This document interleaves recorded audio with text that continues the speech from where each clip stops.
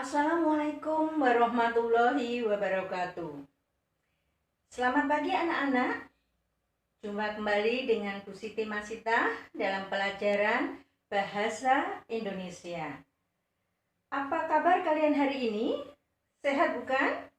Nah, sebelum kita mulai pelajaran hari ini, mari kita berdoa dulu menurut kepercayaan kita masing-masing. Berdoa mulai. Selesai? Anak-anakku, sebelum kita mulai pembelajaran ini, itu dulu di presensi. Alhamdulillah kalian masuk semua, berarti kalian dalam kondisi sehat ya.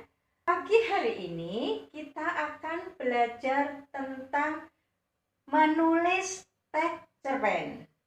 Karena ini pelajarannya cukup sulit, tolong kalian perhatikan dengan benar apa yang akan Ibu sampaikan. Sebelumnya, kompetensi dasar pada hari ini.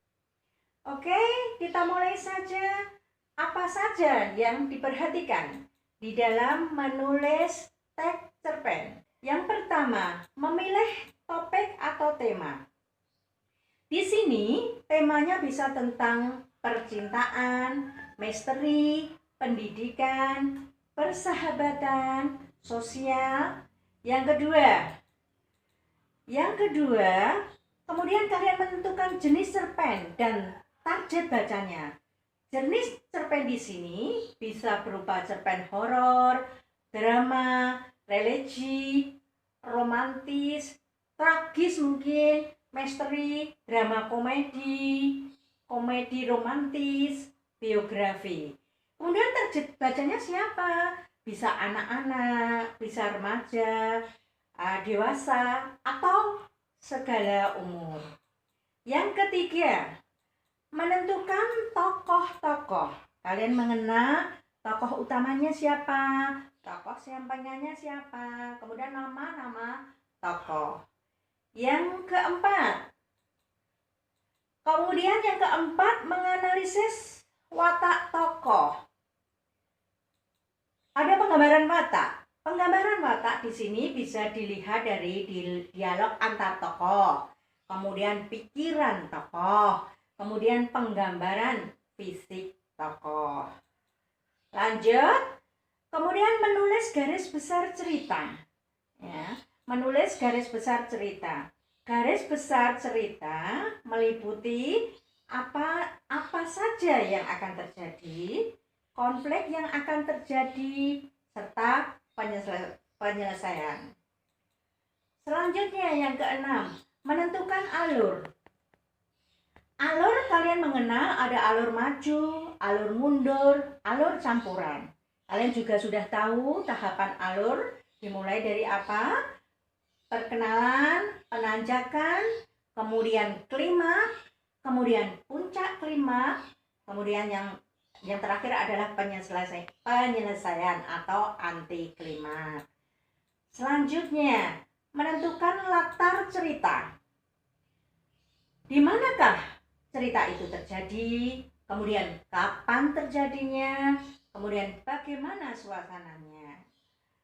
Selanjutnya, yang kedelapan, memilih gaya penceritaan atau sudut pandang atau biasa kalian kenal dengan namanya point of view. Nah, di sini bisa orang pertama selaku pelaku utama, bisa orang pertama selaku pelaku sampingan, bisa orang ketiga yang serba tahu, bisa orang ketiga sebagai pengamat. Ya.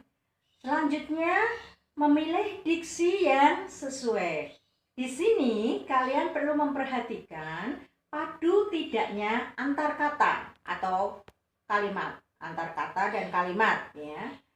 Selanjutnya, membuat kerangka karangan sesuai alur. Jadi, langkah selanjutnya membuat kerangka karangan sesuai alur yang ditentukan dan mencakup langkah yang sebelumnya sudah dibuat. Selanjutnya, memperhatikan unsur intrinsik dan ekstrinsik. Perhatikan semua unsur intrinsik dan ekstrinsik cerpen dengan baik. Kalian juga sudah belajar tentang itu kan? Selanjutnya, yang 12 menyusun cerpen dengan memperhatikan padu tidaknya antar kalimat.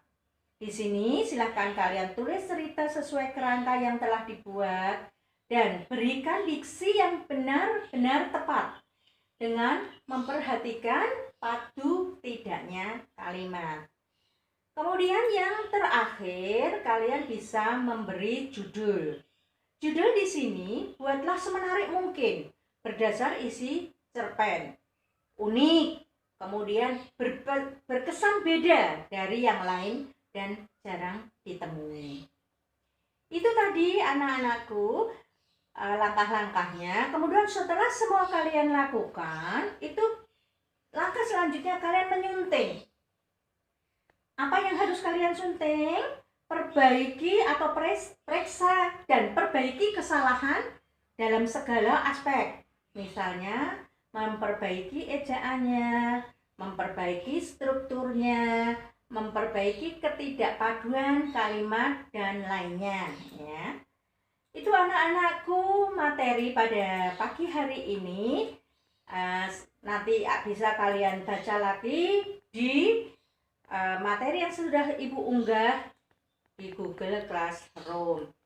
Selanjutnya, apa tugas kalian? Ya, apa tugas kalian? Kegiatan kalian pada pagi hari ini. Pertama, setelah kalian mencermati bahan ajar yang Ibu unggah di Google Classroom, yaitu tentang apa tadi? Cara menulis teks cerpen. Yang kedua, kalian silahkan mengidentifikasi pengalaman dan gagasan yang akan diungkap dalam bentuk cerpen. Ya. Kemudian yang ketiga yaitu setelah silakan kalian merancang pengalaman dan gagasan dalam bentuk kerangka teks cerpen. Itu langkah yang ketiga.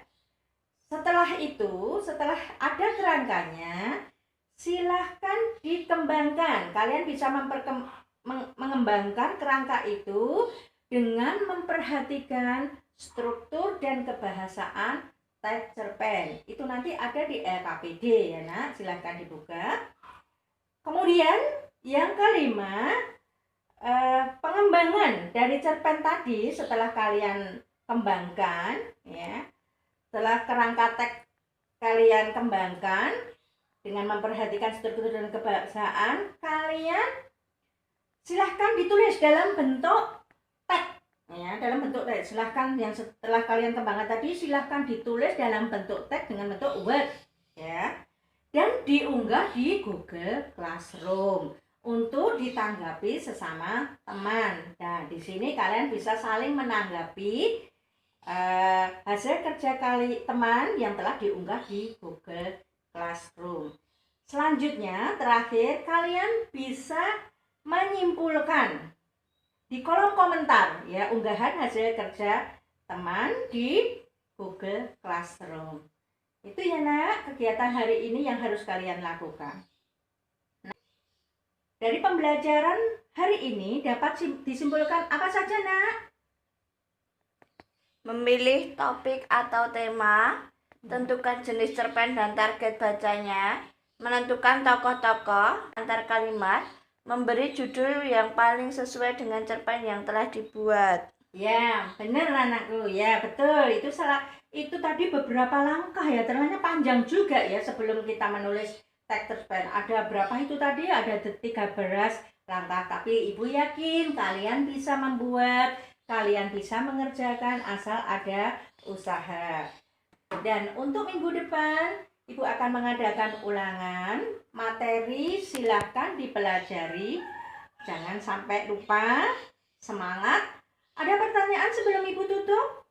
Tidak. Jika tidak ada pertanyaan, oke, saya akhiri pelajaran pada hari ini. Wassalamualaikum warahmatullahi wabarakatuh. Tetap semangat nak.